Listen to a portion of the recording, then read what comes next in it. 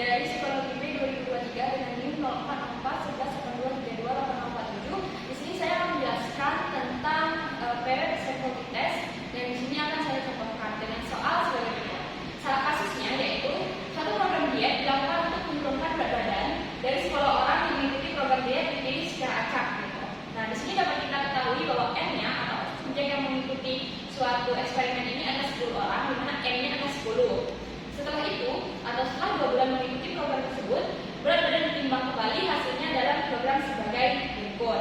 Nah, hal ini dari soal ini kita bisa menyimpulkan bahwa untuk melakukan PR psychology test sudah bisa dilakukan karena syaratnya sudah terpenuhi, adanya subjek yang berpasangan, kemudian dilakukan suatu perlakuan tertentu yaitu diet tadi, dan dilakukan pengukuran sebelum dilakukan perlakuan tertentu dan juga setelah dilakukan perlakuan tertentu.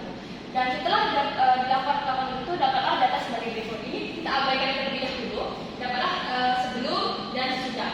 Sebenarnya bisa saja kita balik sesudah dan sebelum, tapi kebetulan karena data yang saya dapat adalah sebelum melakukan diet itu berat badannya cukup tinggi, kemudian setelah melakukan diet berat badannya di bawah ini, maka untuk menghindari adanya min kemudian mempersulit penghitungan, maka saya lakukan sebelum kemudian sesudah gitu. Bisa juga dibalik, hasilnya sama aja. Nah, setelah itu kita dapat melihat bahwa di sini ada DI. DI ini dapat diperoleh dari mana? DI ini diperoleh dari sebelum dikurang ke sudah. Nah, data sebelum kan 80 dikurang 74 hasilnya 6, kemudian begitu seterusnya, dan juga kita jumlahkan, hasilnya adalah 37. Kemudian ada DI kuadrat. DI kuadratnya adalah nilai hasil pengurangan sebelum dan sesudah atau X1 dikurang X2 dikuadratkan. Nah, kita dapat 36 itu dikuadratkan jadi 36, 5 dikuadratkan jadi 25, 3 dikuadratkan jadi 9, dan begitu seterusnya, dan kita jumlahkan. Dan dapat hasilnya adalah 153. Setelah itu apa yang dapat kita lakukan? Yang kita lakukan adalah yang pertama adalah menentukan berapa sih N-nya. Dapat diketahui juga ini sebelum dan sesudah ini adalah orang-orang yang melakukan orang-orang yang sama gitu. Misalnya ini sampel A, sampel B, C, D, E, F, G, dan ini juga seterusnya A, B, C, D, F, G sampai seterusnya gitu. Maka dapat disimpulkan bahwa N-nya adalah 10. Nah, setelah kita menentukan N-nya ada berapa, maka kita akan membuat sebuah hipotesis. Hipotesisnya di sini yaitu HO tidak terdapat perbedaan berat badan yang signifikan sebelum dan sesudah diet. Kemudian HA terdapat perbedaan berat badan yang signifikan sebelum dan sesudah diet.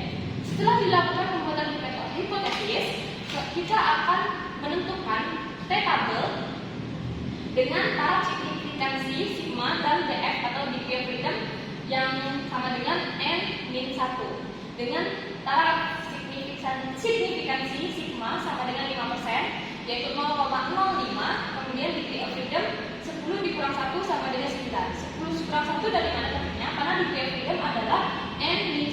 N-nya kita peroleh 10, min 1 berarti 9. Jadi dapat disebutkan di dalam tabel dengan signifikansi 5% atau 0,05 dengan degree of freedom 9 dapat disebutkan bahwa T-tabelnya sebagai berikut, yaitu 1,833. Dapat diperoleh berarti T-tabelnya ada 1,83. Setelah itu kita akan melakukan uji statistik.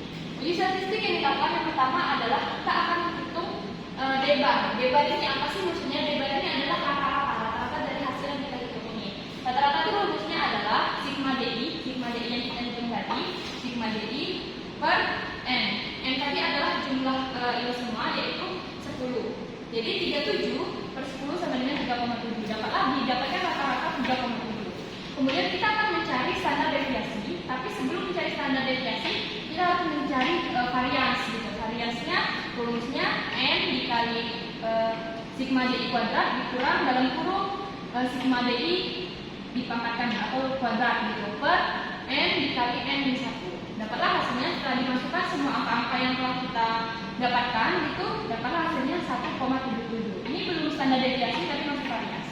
Sedangkan rumus standar deviasi adalah akar dari varians. Nah, variansnya 1,78, berarti 1,78 kita akarkan hasilnya adalah 1,33. Dapatlah standar deviasi dari data ini adalah 1,33. Setelah itu apa yang kita lakukan?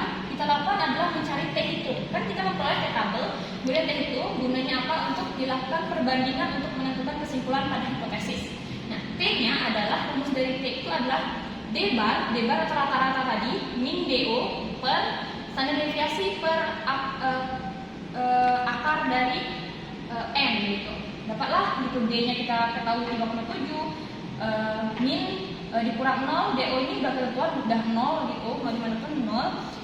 Tapi mungkin DO-nya 0. Nah, per standar deviasi kita tuh 1,33 per akar dari 10. Nah, akar dari 10 ini berapa? 3,16. Kita hitung dan dapatlah hasil akhirnya itu 8,8 dari pembagian 3,7 per 0,42, hasilnya 8,8. Dan dapatlah dihitung untuk dilakukan perbandingan dengan T tabel yang kita peroleh yaitu 1,833 tadi.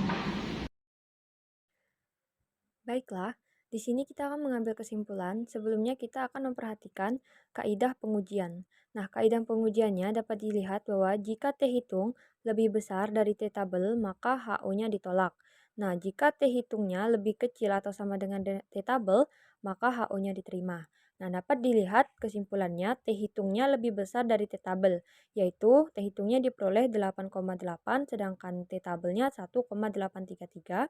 Maka kesimpulannya, maka terdapat perbedaan yang signifikan sebelum dan sesudah diet.